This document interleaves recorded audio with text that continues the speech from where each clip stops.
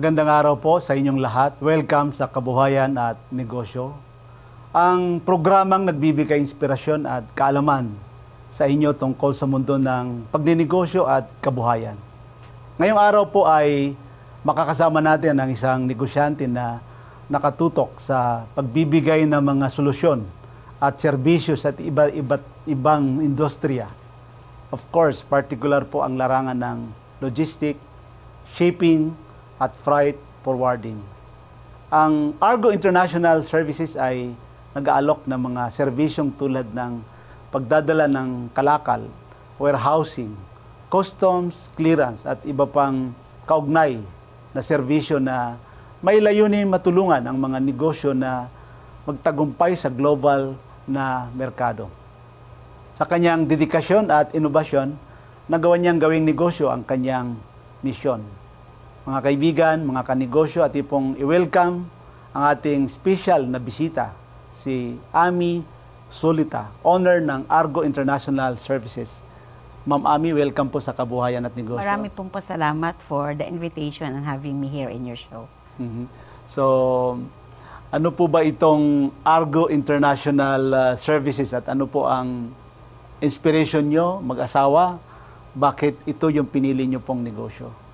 Argo International Forwarders Incorporated is total freight services that offers various services in handling cargos.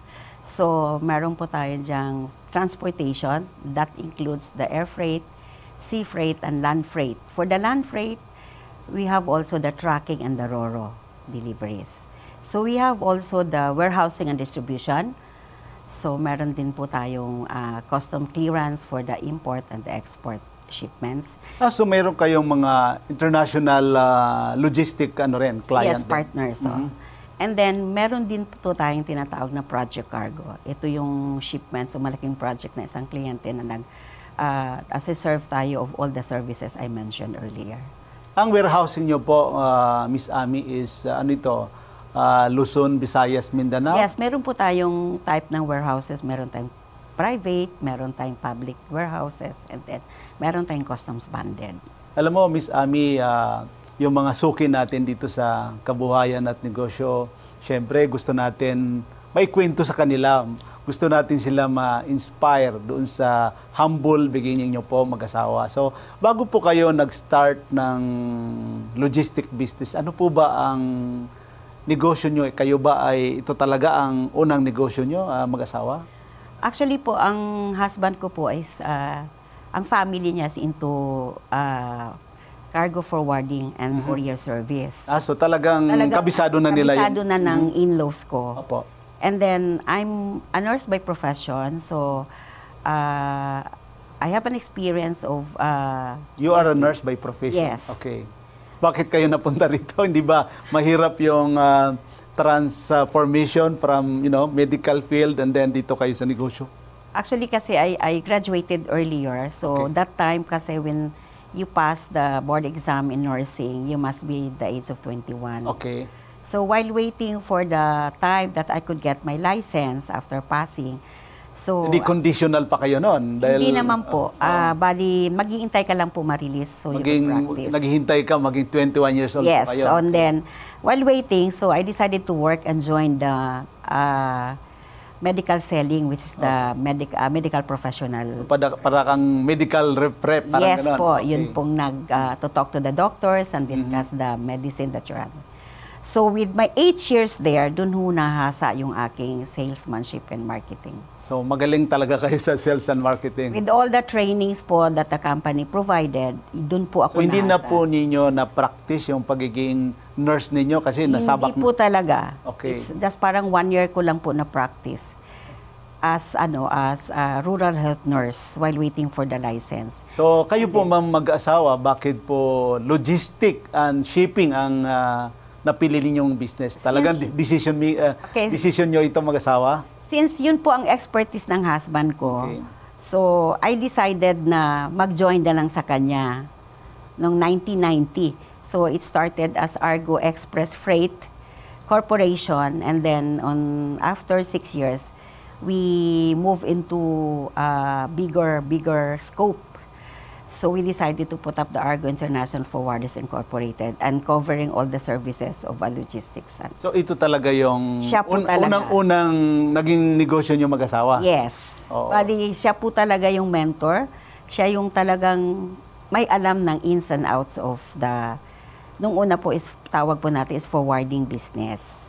Hindi ba kayo nahirapan i-start ito? Alam nyo, sa mga aspiring entrepreneurs, lagi ko rin po ito tinatanong, kayo ba ay malaki-laki na rin yung nakahanda na puhunan para pasukan yung negosyo? Kasi syempre, yun ang karamihan, kadalasan na challenges sa negosyo. May mga business ideas pero kulang sa capital. Kayo ba ay mayroon talaga kayong malaking puhunan or paano po ba ninyo inumpisahan itong negosyo na ito? Katamtaman lang din po. We've started, the humble beginning, we started with just 4 employees with my husband and then napalaki po na. With the expertise he had, yun po ang ginamit namin. And some connections that comes from his parents.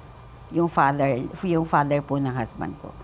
Talagang ang expertise po talaga niya, yung dun ko po, kung hindi po talaga yung nagli-lead ng company is marunong, dun po nagkaka-problem. But I consider as parang nag-start up ka kasi talagang nag-start siya ng maliit na company. Bali, ilang taon na po itong kumpanya nyo? For Argo International, it's around 28. 28 years na. Wow, Going to matagal 29 na pala. years. Kaya sikat na sikat yan, Miss Ami. So, ano po yung mga challenges na inaharap mo habang kayo ay nag-uumpisa dito sa Argo, no? Argo. International Forwarders, Services. At of course, yung mga challenges nyo noon at paano nyo naman ito nalagpasan? Like startup company, ang challenges talagang mahaharap mo is number 1 is financial. Kasi in doing logistics business kasi, the company should shoulder the advances and freight. And then after the delivery, so saka mo siya masisingil. So yung ikot ng funds mo, yun ang una. So kailangan... Mamuhunan ka? Yes. Yun ang right term. Mamuhunan ka talaga sa kanya. So just focus on what you're doing. Kasi ang kalaban mo malalaki. So, syempre, pag malaki ang kalaban, parang bumangga ka na dun sa malaking pader. But very tough yung competition. Yes, but hindi yun naging ano sa amin kasi we focus on how to take care of the client. So, in sales and marketing, being a nurse, I applied that. So, kayo po yung nag-handle sa sales and marketing? And then my husband is the operations. Pero siya yung overall talaga. So, in medical field kasi, I believe on that tender loving care, TLC. So, I applied that principle to my clients. Na kailangan alaga mo sila para makita nila yung sincerity mo of doing business with them. Hindi naman siya ganun kadali na, hey, I'm Argo. And then the other competitors is that very... Anong kalimitan po ng mga client nyo sa Argo? Yung nagpapadala ng ano para po sa kaalaman ng mga suki? Ang ano po kasi, pag sinabi mong logistics, so I mentioned earlier maraming services. Let's start with the transportation. Sa transportation, ito po yung nagpapadala ng air freight, yung papadala shipment via plane. And then sa sea freight po, by air ito, by air. Yes, by air, by sea, and then by land. Now with that RoRo, meron tayong from Manila down to Mindanao, pwede natin i-deliver dun sa truck kasi meron tayong roll-on. So may mga tracking businesses? Yes, meron din. Walang, kaya sinatawag natin transportation services. Okay. So yun yung nag-handle ng shipments, yung movement ng cargo. Okay. And then, meron tayong, I mentioned yung warehousing. So, pag the client is kailangan nila ng space at ayaw na nila magkaroon ng logistics team inside the company, they just outsource. Kaya meron tayong ding warehousing and distribution. So, they store the cargo at our warehouse and then we do also the distribution kung kailangan ng dalhin saan man yung destination sa Pilipinas. Galing, galing. So, paano nyo naman po sinimulang ipakilala ang Argo International Services sa publiko? Ano po yung naging strategy ninyo? Meron kaming mga innovations like yung we're given the chance of the common carrier na makapag-handle ng mga parang one-of-a-kind shipment. Like, we started the shipments of motorcycle through air. Motorcycle? Yeah, through Ano yan, air. galing Galing Manila. dinadala nyo sa Visayas and Mindanao. Visayas and Mindanao. Opo. So, may mga innovations ka Pero by ano po ito? By ship ito? supposedly by sea po. Okay. Also, nag-start kami nabigyan kami opportunity with the airlines na i-move siya via air. So, doon nakilala kami na, uy, ano pala yung Argo? Nag-handle sila. So, tawagin natin is, hindi siya usual shipments ng air, kasi sea siya, minove namin siya ng via Di air. mahal yun. Mahal ang singil nyo No, kasi. same price of the sea. Same price, Or a little bit higher. Ano ito? But the lead time was shortened. If the lead time is 10 to 12 days, na-shorten natin into 3 days. Galing. So the cargoes arrive at destination and then mabibenta na nila kaagad. Ano to? Business to business or mga individual B2B yung? po. B2B. Usually po, we're dealings with B2B.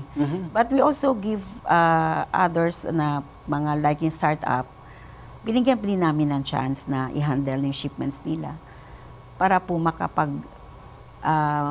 ano naman sila ng edge over others. So, malalaki siyempre yung mga clients Yes. nyo, no? We're servicing talaga big Big companies. clients. So, Okay. so nagsumila din naman kami ng maliit. So, I believe na kailangan bigyan natin ng chance yung mga startups. Kasi I understand, ma'am, kung by air, siyempre, di ba, may kilo, per kilo yan. Per kilo pa. So, ganun ang singil nyo. Kasi, mas competitive pa rin kung by sea dahil medyo mas mura ng konti. Ano po kasi, may mga shipments tayong hindi pwede sa air, sa sea. Kasi kailangan yung exposure niya syempre po pag nasa barko, exposure po ng cargo sa sun, Okay. sa heat. So, Okay. merong shipments tayo na kailangan will arrive, lalo po yung mga perishable shipments natin. Tama. So, may mga shipments na we have to classify it na eto siya pwedeng sea, pwede siyang air. But if it's very urgent, kahit siya sea freight, i-move natin ng via air. Kanina nag-usap tayo kasi sabi nyo nga, yung napaka-memorable sa'yo na naging client nyo is, ano ba yun, na related sa election? We handled the first automated election under Smartmatic with last 2010. Smartmatic. Matic. 2010 ito, no? So, hindi First naman kayo election. nahirapan dahil, alam mo... It's it's a long, by preparation po talaga. It's a long preparation na i-establish mo kasi we're Kasi handling. hindi ka pwede dito madili dahil, siyempre, nationwide. Time is election, the essence of the delivery. election time. So, Ano naman nahit na mo po namin. So, all the election paraphernalias were delivered as expected po the day before the election. So ano po yung mga innovation or strategy na ginagamit mo para, of course, manatili ka na competitive ka sa merkado? Number one po, para competitive ka sa merkado is, if the client is giving us the KPI, key performance indicators, you have to at least meet all that ano yung expectation sa'yo, especially the delivery lead time and the handling of cargos. So, kayo rin po, aside from mga private, may mga client din kayo from the government side? Yeah, meron po naman. Naka-experience naman po na kami ng government.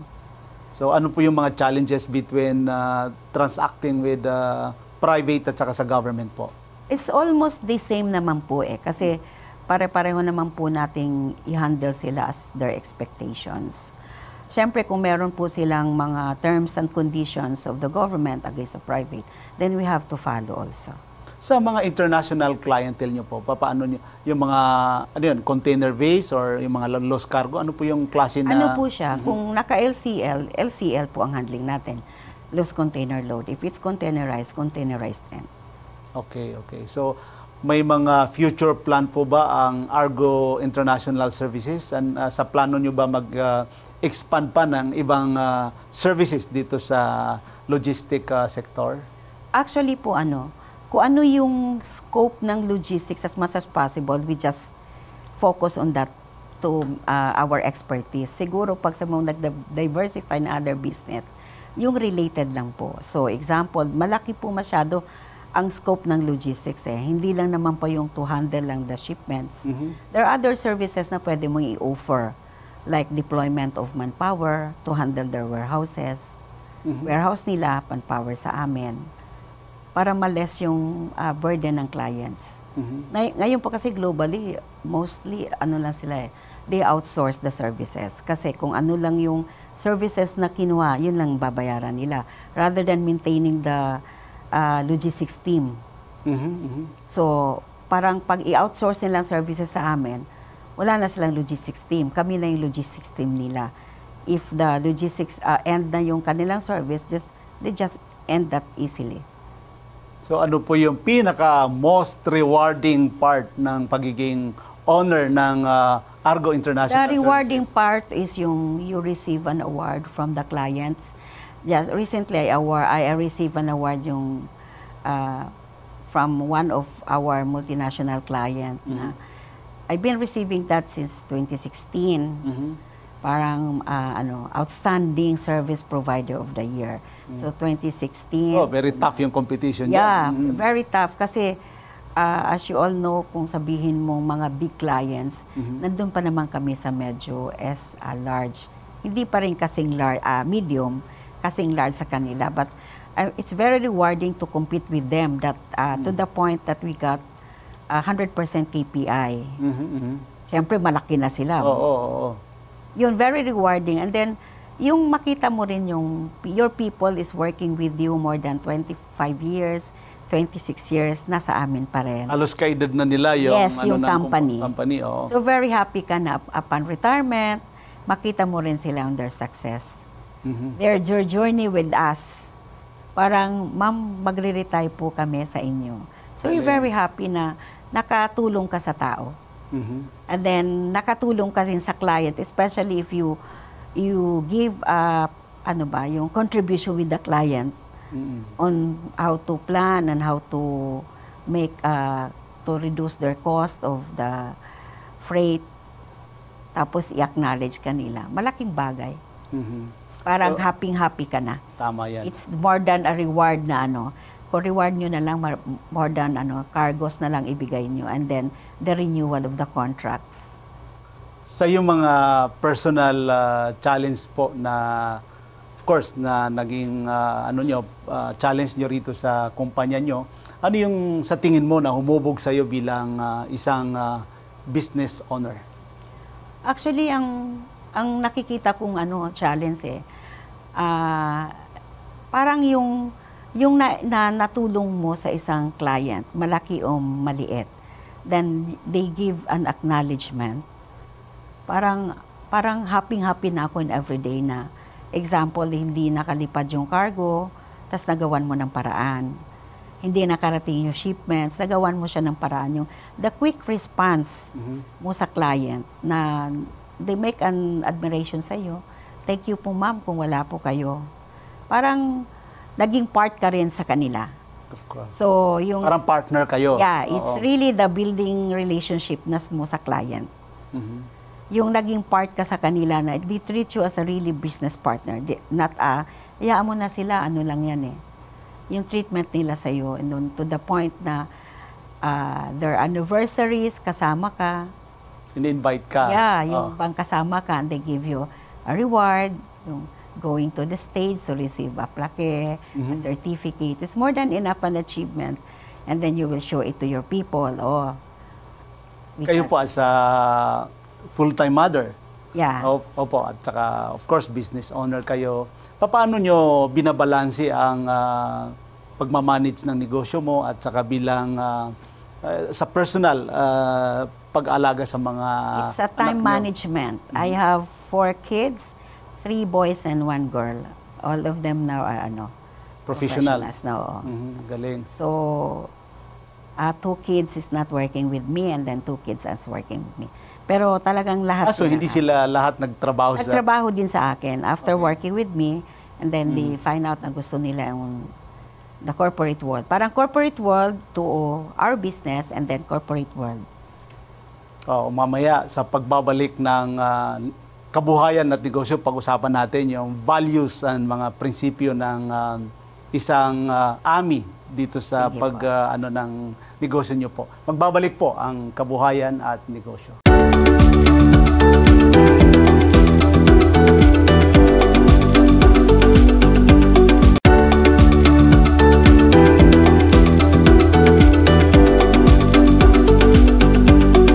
Nandito pa rin po kami ni Miss Ami dito sa Kabuhayan at Negosyo. Kanina gusto ko itanong sa iyo, Miss Ami, yung values and principle na nag-guide sa iyo as a business owner. Ano po 'yun? Regarding dun, marami tayong values and principles in life, but as you work na, yung journey mo in business, makikita mo doon kung ano yung mga priorities mo. Number 1 is yung accountability. So, you're accountable to so many things. Pag yung accountability mo is magawa mo sa sarili mo, and then sa company, sa kapwa, sa clients, you would say siguro that's one factor you make you success. Next is yung building relationship. Hindi lang yung relationship na client to company to customer. When you build relationship, you treat us parang mag-asawa kayo. Talagang relationship na you really nurture it. 'Di ba? Pag mag-asawa, ina-nurture mo, pag mag-boyfriend, it goes also with the client. And then yung responsibility. Paano po kayo, Miss Ami, as a boss? Ikaw ba ay mahigpit? Ikaw ba ay stricta na boss? I would say, alam nila, strict ako, tingnan, pero mabait ako. Sabihin mong mahigpit dahil may reason. But at the end of the day, it's purely trabaho. Hindi ako nami-personal. So, galit ako sa empleyado ko if he or she is not doing his responsibility o trabaho niya. Correct. Pero, at the end of the day, syempre, yung trabaho lang. So, after that, ano na tayo? Magkaibigan na tayo. Kasi hindi naman all the time. Pero, yun nga, mahigpit ka kasi may reason. Tama naman yun. Sa business, kailangan. Yes, kailangan. Kasi So, mahigpit din ang client. Yes, oo, yun. Kaya nga tinanong ko yun, regarding sa client relation yun na kailangan din ay ipasa mo doon sa mga empleyado mo. So, paano po ninyo minomotivate ang yung sarili sa panahon, of course, yung mga tough times. Kanina, binabanggit mo, nahirapan ba kayo noong during the pandemic? Or, Nahirapan actually kasi we stop operation because yung mga tao, it's not that easy to explain it to them. So parang everybody na is hindi mo alam mo who is yung kalaban mo. Kasi okay lang yung alam mo sino competitor mo, sino kalaban mo. Dito hindi, it's a virus eh. Hindi mo alam na ito pala dito na siya nandyan. So it's really, we have really a hard time to explain it to them to go back to work. So we stopped for a while and then we have to go back kasi this is it. We have to face reality na kailangan nating harapin si pandemic. Oo. Pero nahirapan ka kasi as boss kasi you have to explain to your people hindi lang yung sa trabaho, sa mental health nila. So lahat asikasuhin mo. Sila and then may client ka pa and then you have your own family. So pag pinakita mo you're weak, wala na, they're not getting strength from me or from us, management. So ipakita mo sa kanila na you're strong so they could get strength from us. Correct. Mahirap talaga. Lahat naman hindi mo alam.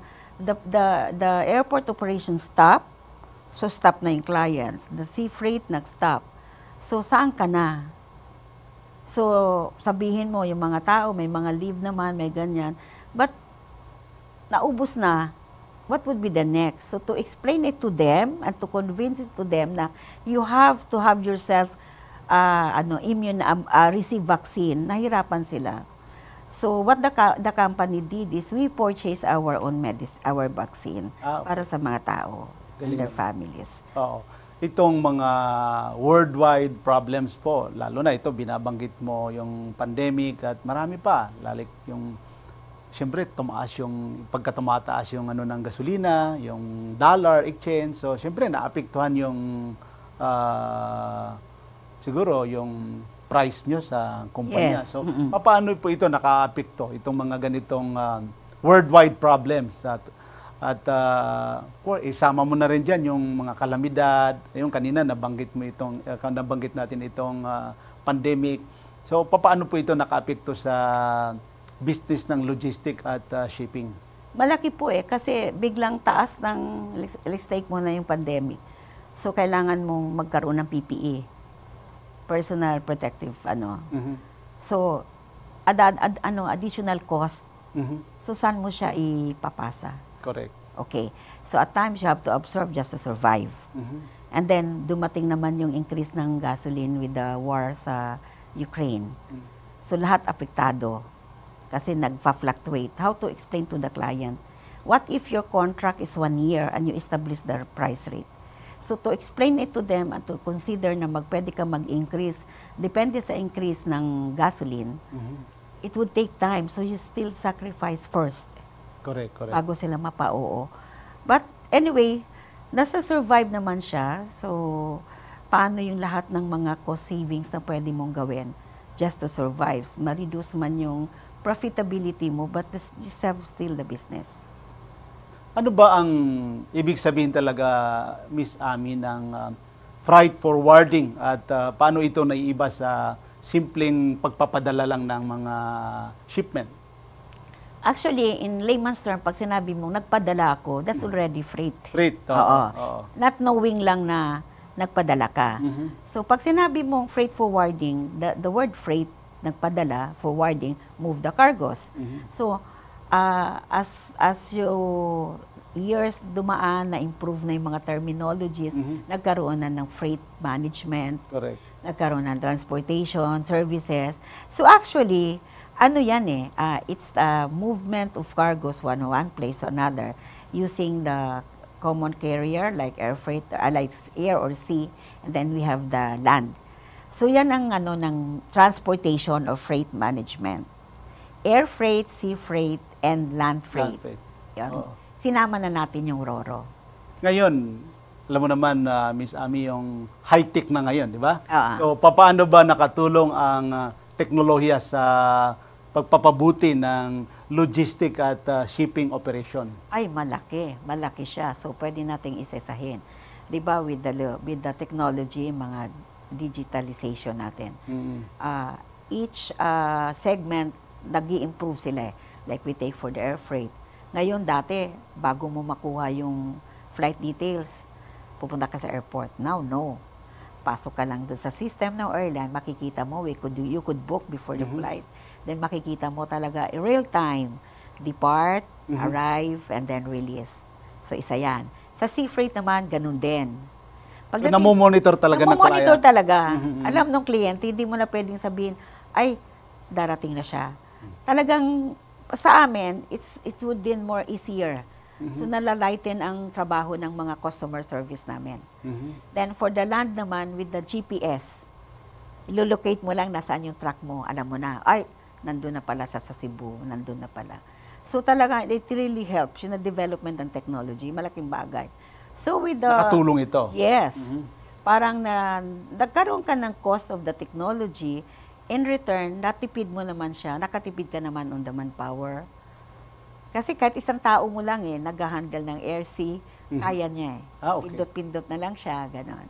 Okay, so... Malaking bagay. Malaking bagay. It really helps. So ano po yung mga hamon na kinakaharap nyo ngayon sa industriya ng shipping at logistic sa ngayon? Of course, maraming maraming challenge. So ano yung mga talagang mga hamon sa sektor ninyo ngayon? Actually, yung challenges ng shipping industry, naman siya kahit magkaroon ng mga modernization sa mga comes to support operation, meron ding challenges na nami-meet. Like yung, syempre pag na-digitalize na ang operation, kailangan mo rin mga skilled people. Isa sa problem yan, yung human resources. Gusto mo yung kumuha, pero hindi naman sila skilled, hindi sila that knowledgeable on the computers. Kailangan mo talaga pang i-train sila. So, kailangan prepared ang isang service provider. Pwede kaming tawaging service provider. Okay. Prepared ka with that, na kailangan you're ready also with your human resources na could adapt on the digitalization. Sa naman po, sa mga international transaction nyo naman po, no? paano po nakatulong yung custom clearance sa pagpapabilis ng paghahatid ng mga produkto? Actually, yung custom clearance natin with the modernization also na in-implement ng Meron na rin government sa custom, no? Oo. Actually, hindi naman tayo magkaka-problem if we really do it in the right way. Mhm. What do you mean by right way? Have an expert customs broker na makakatulong dun sa mga importers and exporters how to do business. So kung complete lang naman yung mga permits mo, wala naging problem. And you have the proper documentation. Hindi yung basta magparating ka and then you solve the problem. Doon kasi nagkaka-problem talaga eh. Tapos sasabihin nila is, may problem kasi mahirapan. Pero actually, at the start, mali na. So we advise our clients na do it in the right way. Actually, in going here to your office, may isa akong client na gusto niya maging importer. Sabi ko, this is a startup company. Gusto niya process na ng kanyang food and drug, kasi food siya. Sabi ko, sige, while processing, I'll share it to you how to process yung import permit. Go visit all the requirements kung kaya mo, but let's have a meeting first para I could share it to you what are the do's and don'ts. Tama yan. At for doing business. Siguro mamaya ay yan ang pag-usapan natin sa pagbabalik ng kabuhayan at negosyo. Huwag po kayong aalis.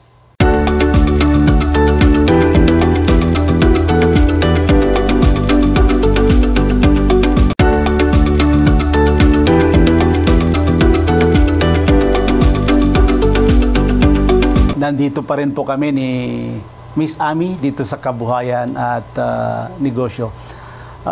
Ma'am Ami, ano po ba ang mga hakbang na ginagawa ng mga kumpanya upang mapabuti ang sustainability at of course sa shipping at logistic sector? Para ma-maintain natin yung sustainability kasi part ng company to really accept that kailangan kung ano yung in-implement ng government when it comes to sustainability, you have also to embrace it. So example, yung implementation nila dyan sa mga carbonization ng mga trucks, na you have to comply. Gagawin mo talaga kasi yung mga fumigation pa, yes, diba? And everything. Kasi you also comply with the programs of your client. Na kung ano yung take care of the environment, you have to do it also. Hindi pwedeng yung okay lang sila naman yon. No. It's one of your social responsibility and environment responsibility. So you have also to adapt and to implement on your own operation. Alam nyo, napaka-importante ang papel ng port authorities, no? So ano po ba talaga ang papel ng mga port authorities at paano nila pinapadali ang mga operation sa mga pantalan? Sa port operation kasi, there are a lot of modernization infrastructures na ini-implement. So, as kami yung parang nag-handle ng shipments using their ports, we really appreciate those developments. Kaso, as they go along kasi, meron din naman sila nagiging problem and challenges on their own way sa operation nila. But then, kung makita mo siya is compare before and now, medyo mabilis ng konti. Mabilis siya in a sense na yung shipping lines natin would also adhere with their changes. So kailangan ng port operation kasi kung it will be operated by the shipping lines itself, kanya-kanya na sila. Kailangan namang isang merong mag-ooperate sa lahat ng mga shipping lines. So with the airlines, meron tayong CAAP. With the shipping lines, meron tayong PPA. So maganda talagang meron. Para bang may isang management level na to operate these are the rules and operational procedures that you have to follow. So paano natin susukat ang kahusayan ng isang logistic system? Kami is sinusukat kami with our key performance indicators. Yung tinatawag na KPI. So, pagdating sa transportation, meron tayong, tinitingnan natin yan is yung delivery lead time, So if you agreed on this delivery lead time for the air, sea, and the land, isang indicator yun. Yung handling ng cargos, how well you handle your cargos. Hindi na-deliver mo nga, nabasag naman yung mga kargamento. Natumba naman yung mga shipments sa loob ng containers. So may mga different factors na kino-consider in the measurement. For the warehousing naman, nakita doon yung cost efficiency, yung inventory level, wala ka bang nawala ka bang nagpagkakamali. So lahat may indicators with every services na in-offer ng isang logistics. If you comply, kung ang measurement natin is 99.9 or 98 or 99, if you pass on that, meaning to say is maganda ang services. Mayroon po ba kayong advice sa mga aspiring entrepreneurs na nag-iisip ngayon magtayo ng kanilang negosyo, kanilang business journey, lalong-lalo na yung mga suki natin dito sa kabuhayan at negosyo na nag-iisip ngayon na gusto rin nilang pasukan itong negosyo ng logistic, Ma'am Ami? Marami naman. Yung iba, nag-start sila sa logistics is, hindi lang nila siguro napansin na part na sila, is start with the tracking. Sabihin nila, I have 2 trucks. So, a-attach siya sa malaking tracking company. That's already the start. Okay. Oo. So, so parang partnership or collaboration sa mas collaboration malalaki? sa malalaki. Okay. Kasi hindi nila kaya. You cannot compete the big ones. You might as well join with them. Okay. Okay. So, yun yung collaboration. So, meron diyang, nag-start naman siya na meron siyang trackings, may track, i-deploy niya. So, meron naman dyan is, meron ako ditong mga, masiserve na mga spaces, pwede mong iparent. So, it's also part of the collaboration. So, yung mga nagbabalak na mag-start ng business is, listen to the big ones kasi nagbibigay sila ng mga advices. Ayo yun. Oo. So, naging totoo ka sa kanila. The transparency is there. At saka, kailangan yung service mo talaga is bigyan mo talaga ng time. I-focus mo. So, yung mga tao mo rin is isama mo siya kasi you represents your company doon sa mga big ones. Kasi pag nakita ka namang medyo lumaki, kasi may mga malaki, kagaya namin, binibigyan na namin opportunity yung iba na pag lumaki na sila, ini-introduce rin namin sila. Okay. So, ano po ba yung natutunan mo as a business owner na sa tingin mo ay dapat malaman ng mga katulad ninyo, ng mga, lalo na yung mga nag-uumpisa pa lang na magnegosyo dito sa larangan ng logistic business? In any business naman, ang kailangan mo lang talaga is, una is, aralin mo kung ano yung papasukin mo. Then, pangalawa is, prepared ka dapat. So, once aralin mo, prepared ka, and ready ka siya kung ano mga magiging problems na ma-encounter. Huwag kang umatras.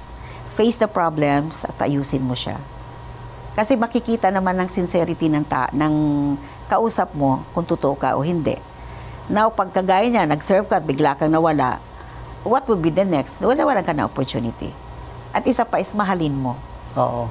Sa tingin mo ba may formula na dapat matutunan yung mga nag-uumpisa pa lang, no? Yung mga small, medium, para makasabay sa inyo katulad sa inyo na malalaki dito sa industriya? Actually, kung may formula, kasi sabihin na itong formula ginamit ko, successful na ako. Siguro may iba-ibang formula ang bawat isang company. But halos kung titignan mo diyan, pare-pareho lang naman eh. Correct. Na you could give the best service. If not would be the best, the better.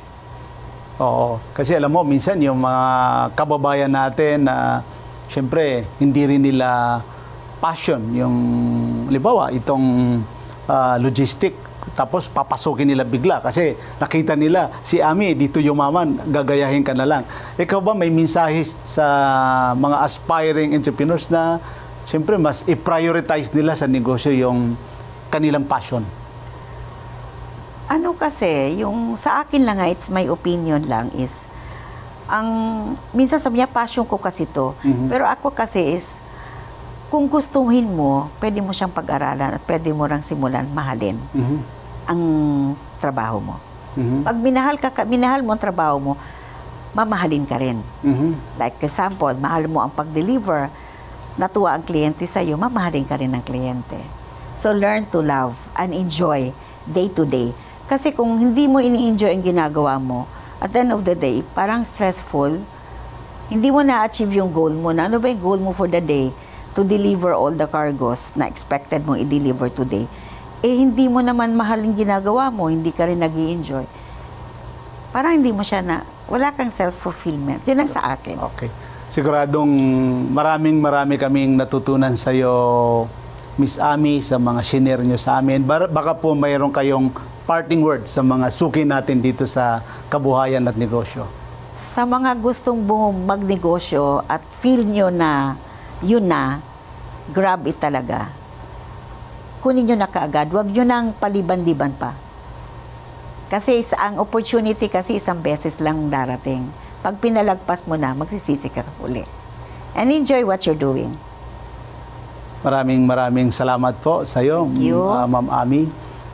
Salamat sa pag-share ninyo ng mga lessons sa mundo ng negosyo kay Ma'am Ami Sulita. Isang patunay na ang tamang kombinasyon ng sipag, tiyaga at malasakit ay kayang gumawa ng negosyo na hindi lamang kumikita kundi nagbibigay din ng halaga sa ating buhay. Sa ating pong mga tagapakinig, tagapanood, sana po ay na-inspire kayo ni Miss Ami sa episode na ito. Lagi po nating tandaan, ang tagumpay ay nasa kamay ng taong handang kumilos at magtiwala sa kanilang kakayanan. Hanggang sa muli po, ako po si Gani Makatuman, nagpapaalam at nagpapasalamat. Patuloy po nating suportahan ang ating mga lokal na negosyo at kabuhayan. Para po sa mga hindi nakapanood ng mga nakaraang episodes natin, dito sa Kabuhayan at Negosyo, pwede natin balikan through my YouTube channel, Abdul Gani Makatuman, at ang aking Facebook page, Abdul Gani Makatuman, Kabuhayan at Negosyo. Siyempre, wag natin kalimutan mag-like, mag-subscribe, at i-follow na rin natin para sa mga updates at mga bagong episodes. We at Kabuhayan at Negosyo are one with the government in our commitment to help Filipino entrepreneurs improve their lives. Lagi po nating tatandaan, kahit anumang sakuna, kahit anumang problema, kayang-kaya natin ito. Ako po si Gani Makatuman at ito po ang Kabuhayan at Negosyo.